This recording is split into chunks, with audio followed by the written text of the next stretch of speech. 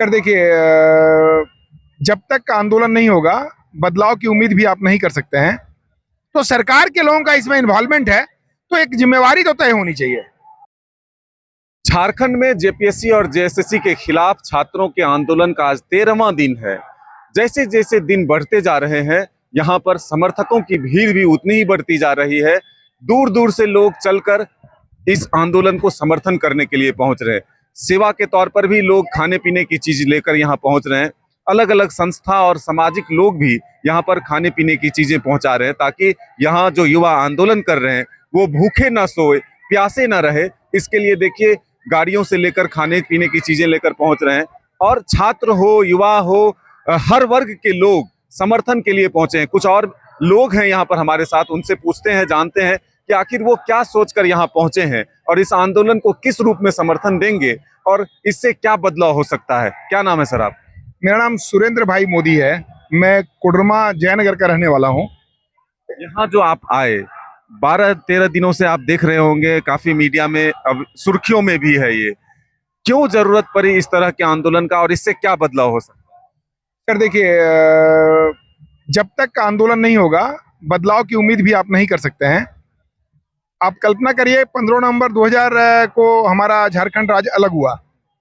तब से लेकर अभी तक जितनी भी परीक्षाएं हुई है, आप एक भी परीक्षा को विवादों से बाहर नहीं गिन सकते हैं। जेपीएससी दूसरी परीक्षा की अगर बात करेंगे तो उसमें रिपोर्ट भी आया, उन पर केस भी हुआ, मामला कोर्ट में चल भी रहा है। ये पाया भी गया कि यहाँ पे गड़बड़ी हुई है, गलत तरीके से पेपर लीक और सीट बिक्री का काम हुआ है।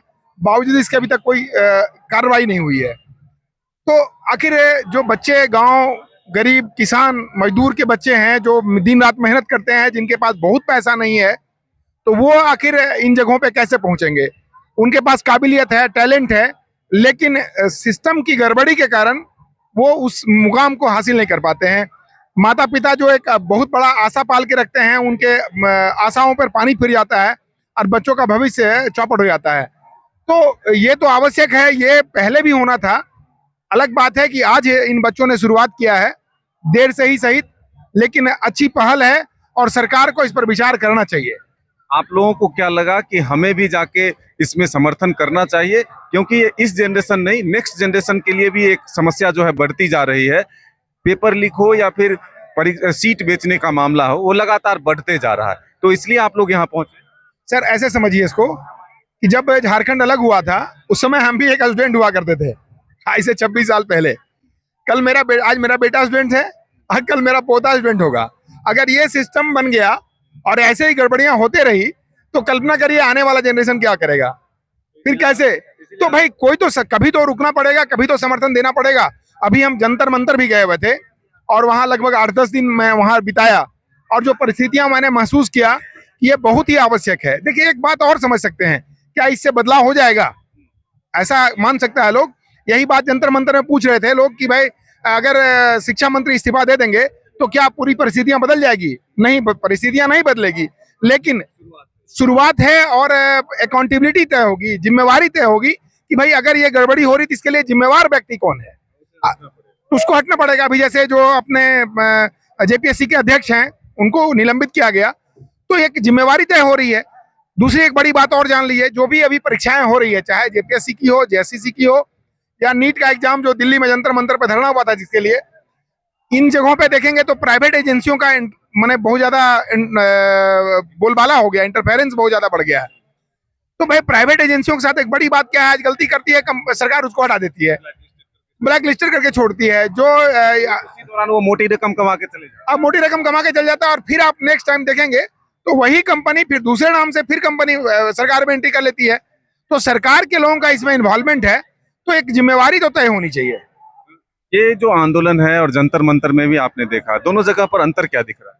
भाई अंतर, आंदोलन तो है, देखिए वो दिल्ली है, पूरे भारत के लोग वहां आए हुए थे, तो स्वाभाविक है उसका स्वरूप बड़ा था। इसका स्वरूप झारखंड के हिसाब से अपने आप में बड़ा है। और आप कल्पना करिए, इसके पहले भी एक बार आंदोलन हुआ था झारखंड में इसी जेपीएससी के खिलाफ में, लेकिन उसका स्वरूप इतना तेज नहीं था, इतना तीक्ष्ण नहीं था जितना अभी पूरे छात्र, जबकि किसी भी छात्र संगठन का या किसी भी पॉलिटिकल पार्टी का इसमें कोई इन्वॉल्वमेंट नहीं है। ये और भी तस्वीर हम दिखाएंगे सर और भी लोगों और कहना चाहेंगे, देखिए अगर जेपीएससी की बात करेंगे तो आप एक बार गौर करेंगे, फूड सेफ्टी ऑफिसर का एग्जाम हुआ था यहाँ पे। जेपीएससी की एक बड़ी समस्या और मालूम क्या है, यहाँ पे जो एग्जामिनेशन कैलेंडर है ना, उसके हिसाब से लोग एग्जाम तय नहीं कर पाते हैं। आज एग्जाम होना है तो उसका रिजल्ट 2 साल के बाद आएगा।